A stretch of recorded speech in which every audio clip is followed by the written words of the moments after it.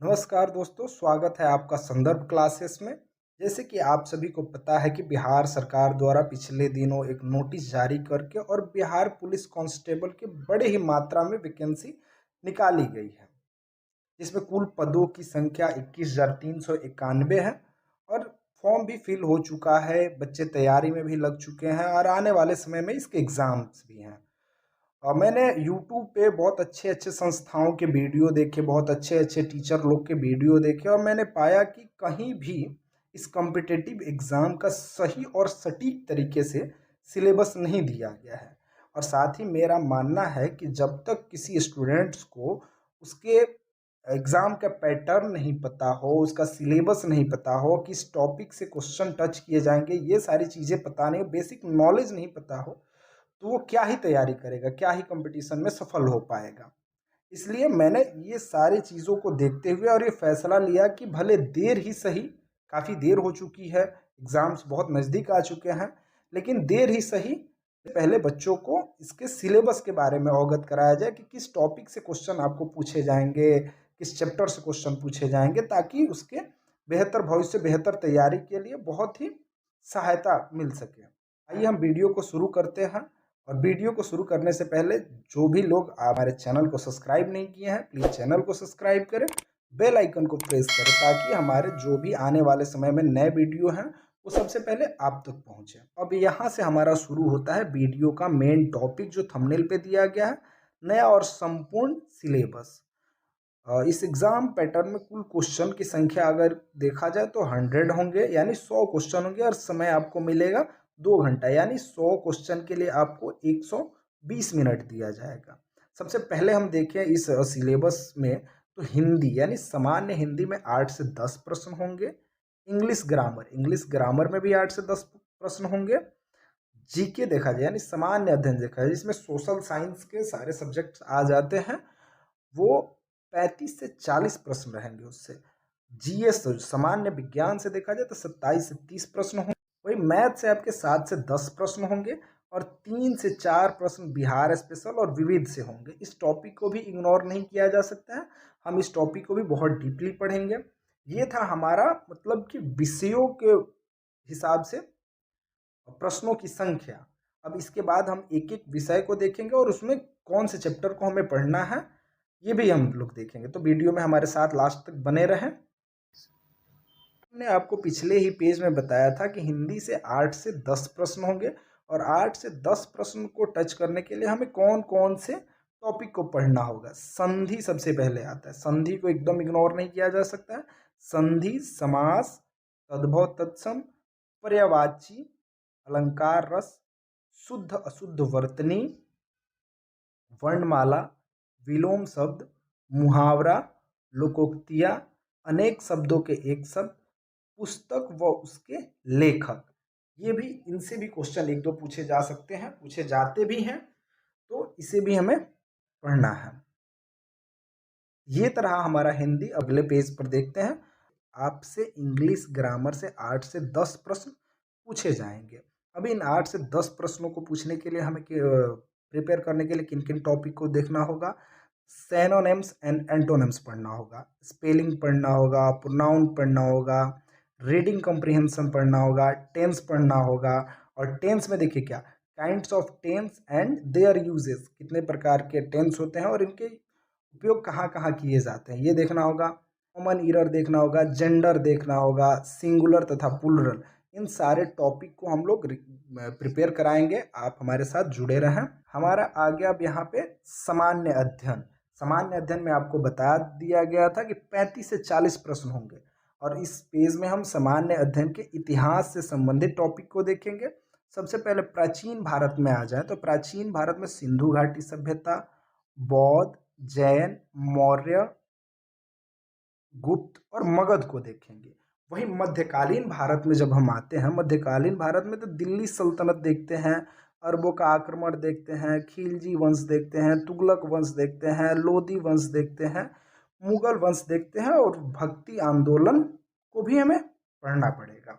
आधुनिक भारत में जब आते हैं, आधुनिक भारत में यूरोपीय कंपनियों का आगमन पढ़ना है, सामाजिक व धार्मिक पुनर्जागरण को देखना है, 1857 का विद्रोह देखना है, गांधी युग देखना है कि गांधी युग में कौन सी घटनाएं हुई थी, कौन आंदोलन कब हुआ था, वचन और नारे, वचन और नारे विशेष हैं, इनसे भी क्वेश्चन रहते हैं।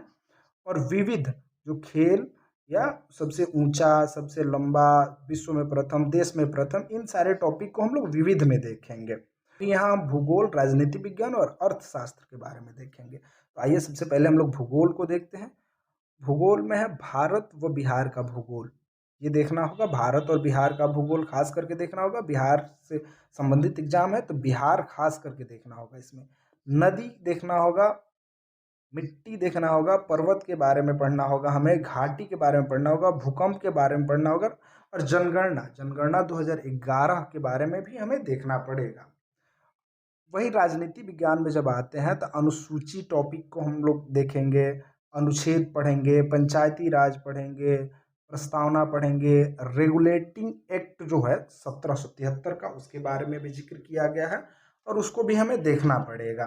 क्योंकि सबसे बड़ी चीज़ है कि ये 35 से 40 प्रश्न यहाँ से रहेंगे, इसीलिए टॉपिक कुछ ज़्यादा है। तो 35 से 40 प्रश्न किसी भी कॉम्पिटेटिव एग्जाम के लिए बहुत मायने रखते हैं। तो हमारे इसके लिए हमें थोड़ा सा टॉपिक को ज़्यादा पढ़ना होगा। शासन अधिनियम है, नागरिकता है, मौलिक अधिकार है, हम लोग ये सारे 10th बेसिस के टॉपिक हैं, तो ज़्यादा उतना टेंशन लेने की ज़रूरत नहीं है, हम लोग सारे टॉपिक को कवर कराएंगे, आप लोग निश्चिंत रहें।